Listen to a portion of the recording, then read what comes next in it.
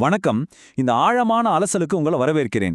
இன்னைக்கு நாம ரொம்பவே சுவாரஸ்யமான ஆனா அதே சமயம் கொஞ்சம் அதிர்ச்சி அளிக்கக்கூடிய ஒரு விஷயத்தை பத்தி பேச போறோம். யோசிச்சு பாருங்க, இயற்கையா நடக்கிற ஒரு சாதாரண உயிரியல் செயல்முறை எப்படி ஒரு காலகட்டத்துல கொடூரமான உளவியல் ஆயுதமா மாறுச்சு. அது மட்டும் இல்லாம இன்னைக்கு இருக்கிற டிஜிட்டல் உலகத்துல சமூகங்களை சிதைக்க எப்படி பயன்படுது. இது எல்லாம் தான் நம்ம ஆதாரங்களோட அலச போறோம். இது ஏதோ பழங்கதை கிடையாதுங்க. மனித மனதையும் நம்ம சமூகத்தையும் பத்தின ஒரு அதிர்ச்சியான யதார்த்தம். ஆரம்பிக்கலாமா? சரி, நாம பேச போற அந்த முக்கியமான வார்த்தை ஜெர்செட்ஸோங். இது ஒரு ஜெர்மானிய வார்த்தை. இதோட உண்மையான அர்த்தம் என்ன தெரியுமா? ஒரு சிக்கலான பொருளை அதோட சின்ன சின்ன கூறுகளா உடைக்கிறது அல்லது சிதைக்கிறது. இயற்கையில இதை நாம உயிரியல் சிதைவு அல்லது மட்குதல்னு சொல்லுவோம். ஆனா இந்த வார்த்தைக்கு பின்னாடி ரொம்ப இருண்ட ஒரு பக்கம் இருக்கு. அதுதான் அரசாலேயே நடத்தப்பட்ட உளவியல் அழிவு. அதாவது ஒரு மனிதனோட மனசையும் அவனோட வாழ்க்கையும் திட்டமிட்டு சிதைக்கிறது. இந்த ரெண்டு அர்த்தங்களுக்கும் நடுவுல இருக்கிற பயணத்தை தான் நாம இன்னைக்கு பார்க்க போறோம். இன்னைக்கு நாம பார்க்க போற தலைப்புகள்: 1. சிதைவின் அறிவியல். 2. மனதை ஆயுதமாக்குதல். 3. கண்ணுக்கு தெரியாத உளவியல் தழும்புகள்.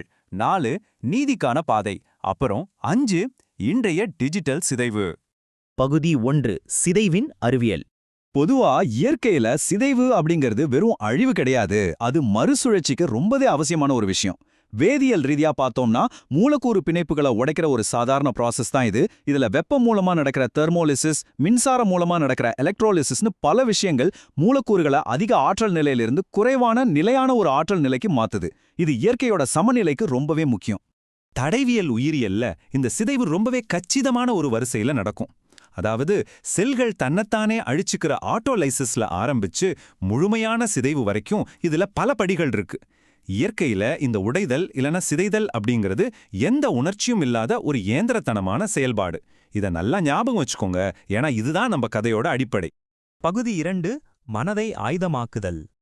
இப்போ நாம வரலாற்றை கொஞ்சம் பின்னோக்கி பார்ப்போம். 1970களில் கிழக்கு ஜெர்மனி உலக நாடுகளுக்கு முன்னாடி தங்களை ஒரு நாகரிகமான அரசாங்கமா காட்டிக்க ஆசைப்பட்டாங்க. அதனால வெளிப்படையா வன்முறையை கையாள்றதை விட்டுட்டு அமைதியான அடக்குமுறைக்கு மாறினாங்க.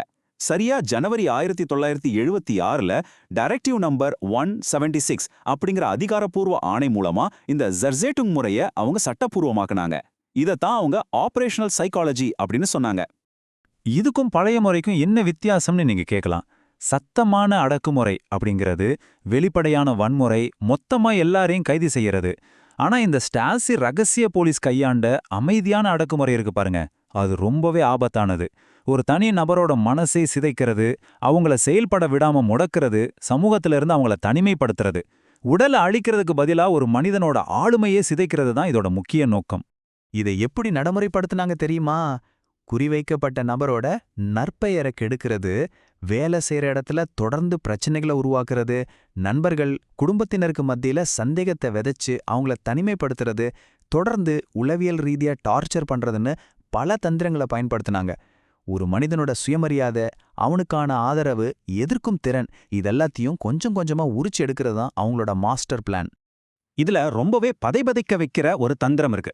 ஸ்டாசி உளவாளிகள் என்ன பண்ணுவாங்கன்னா, பாதிக்கப்பட்டவரோட வீட்டுக்குள்ள ரகசியமா நுழைவாங்க. எதையுமே திருட மாட்டாங்க. ஆனா ஒரு நாற்காலியை கொஞ்சம் தள்ளி வைக்கிறது, அலாரம் கடிகாரத்தோட நேரத்தை மாத்தி வைக்கிறதுன்னு சின்ன சின்ன வேலைகளை செய்வாங்க. வீட்டுக்கு வர்ற அந்த நபர் நாம தான் தப்பா வச்சிட்டோமோன்னு தன்னோட மனநிலையையே சந்தேகப்பட தொடங்குவார். இதைத்தான் இன்னைக்கு நாம கேஸ்லைட்டிங் அப்படின்னு சொல்றோம். ஒருத்தரை அதீத மன உளைச்சலுக்கும் பயத்துக்கும் தள்ளுற கொடூரமான தந்திரம் இது. பகுதி 3. கண்ணுக்கு தெரியாத உளவியல் தழும்புகள். இந்த அரசால நடத்தப்பட்ட தனிமைப்படுத்துதல் மனித மனசை எந்த அளவுக்கு நாசமாக்கியிருக்கு அப்படிங்கிறது இந்த தரவுகள் நமக்கு தெளிவா காட்டுது. ஜேனா பல்கலைக்கழகம் நடத்தின ஒரு ஆய்வுல சாதாரண மக்கள் மத்தியில மனச்சோர்வு வெறும் 9.3% பேருக்கு தான் இருந்திருக்கு. ஆனா பாதிக்கப்பட்டவர்கள்ல 40.4% பேருக்கு இது இருந்திருக்கு. அதே போல கவலை கோளாறுகள் சாதாரண மக்களுக்கு 15.3%னா பாதிக்கப்பட்டவர்களுக்கு 47.4% இருந்திருக்கு. பாருங்க, இது சாதாரண எண்களே கிடையாது. திட்டமிட்டு உருவாக்கப்பட்ட ஒரு உளவியல் பேரழிவு. இதோட பாதிப்பு வெறும் மனசளவுல மட்டும் நின்னுடலைங்க, அவங்க உடம்புலையும் உயிரியல் ரீதியா பதிவாகி இருக்கு. தொடர்ச்சியான மன அழுத்தத்தால அவங்களோட HPA அச்சு தூண்டப்பட்டு உடம்புல அலர்ச்சி அதிகமாகியிருக்கு. செல்களோட வயசை குறிக்கிற டெலோமியர்களை ஆய்வு செஞ்சப்போ பாதிக்கப்பட்டவர்களுக்கு உயிரியல் ரீதியாவே சீக்கிரமா வயசானது கண்டுபிடிக்கப்பட்டிருக்கு.